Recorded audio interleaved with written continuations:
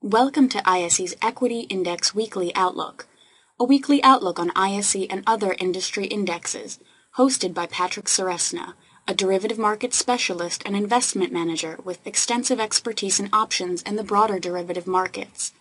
ISE trades options on more than 15 proprietary sector indexes, as well as broad-based indexes and a variety of licensed benchmarks. ISE continually enhances its trading systems and develops new index options products to provide investors with the best marketplace and investment tools to trade smarter. Hello and welcome to the ISE Equity Index Outlook for July 25th, 2011. This is Patrick Seresna. As always, we start off with a chart of the S&P 500 using that SPDR exchange trend fund symbol SPY. We were looking for major support to come in around the 130, 131 area and saying that so long as the bulls contained all the selling down to there, that in fact it would more than likely turn bullish and go for a test of the year highs. We more or less saw exactly that happen as the lows came in, and the remainder of the week was spent rallying back towards the 135, 136 overhead resistance. The highest price of the SPY was actually around 137, so there is a chance that early this week we should see some follow through that not only tests this focal point, but may even actually pop its head above to test that 52-week high. In the bigger picture, there's still room for there to be one more hiccup this summer with the markets coming back down to major support lines at some stage, but overall it's becoming a diminishing probability that there's going to be a market crash or some major correction.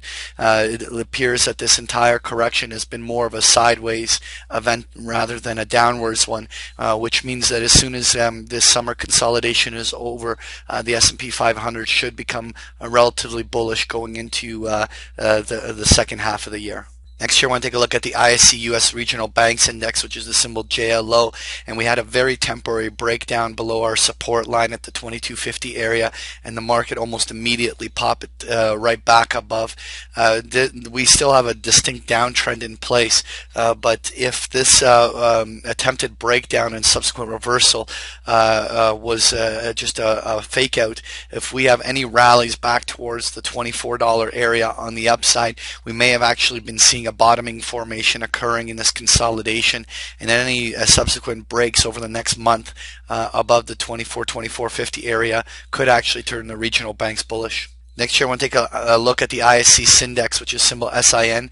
This is an index of all the casino, tobacco, and distiller companies. Essentially, this is one of the most bullish sectors right now in the marketplace. We've had a nice, healthy consolidation that held at the 134, 136 focal point and subsequently reversed up this week. If we now have an attempt to break out into new 252-week highs on this index, if they make this stick, we should see a nice push all the way up to 145 to 150 on the upside. But the way it's bullish, you could definitely be targeting the 150 if there's some nice momentum behind this break. Next year, I want to take a look at the ISE Home Builders Index, which is a symbol RUF, and we were talking about that breakdown being relatively bearish, but we drew in that blue box basically suggesting that so long as the bulls held the support lines above that 8,820 area, that in fact we may see formations of things like double bottoms along the downside. While it's too early to officially become bullish on home builders, if that ends up being a double bottom and we see some nice positive price action back to the 920 area on the upside, and subsequently no new lower lows during any sell-offs, then the home builders may in fact start basing off of these support lines. Next year, I want to take a look at the ISE Natural Gas Index, which is a symbol FUM.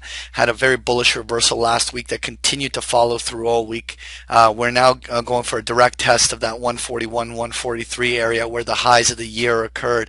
Really at this stage, that we do anticipate there to be probably some profit taking off of that overhead resistance level, but it will not change our bigger picture bullish outlook for this index.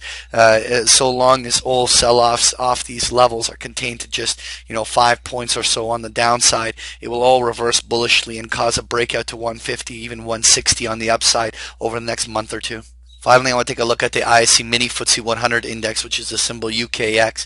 And the FTSE has really been stuck in a very sideways consolidation range-bound market. We've tightened up that focal point on the downside to the 560, 570 area, because really what's happening is we're just simply bouncing off the overhead resistance down to the support down below and back and forth.